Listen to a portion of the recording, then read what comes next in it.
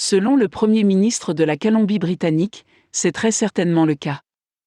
Le marché immobilier de Vancouver est favorable à l'acheteur, car c'est le moment d'acheter pendant que les prix sont bas et que le marché commence à monter.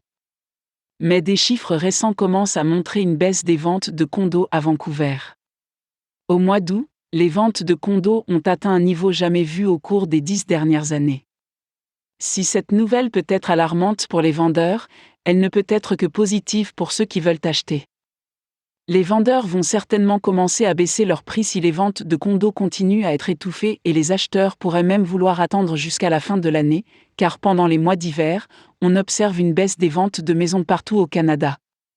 Quiconque vit à Vancouver aujourd'hui aura remarqué qu'il y a beaucoup de constructions en cours dans la ville et ses environs.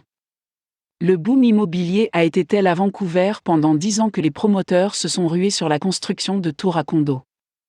Mais la question est de savoir s'ils l'ont exagéré et si le boom a entraîné une forte baisse des ventes de condos.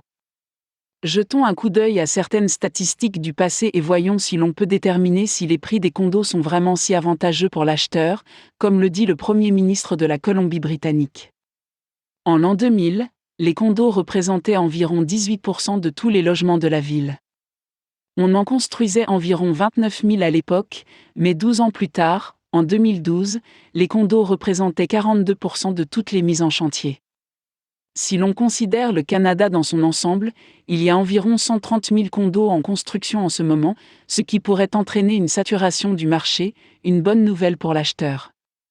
Les statistiques et les nouvelles montrent clairement que le marché du logement de Vancouver a connu une période difficile ces dernières années et que le marché immobilier a été généralement très faible.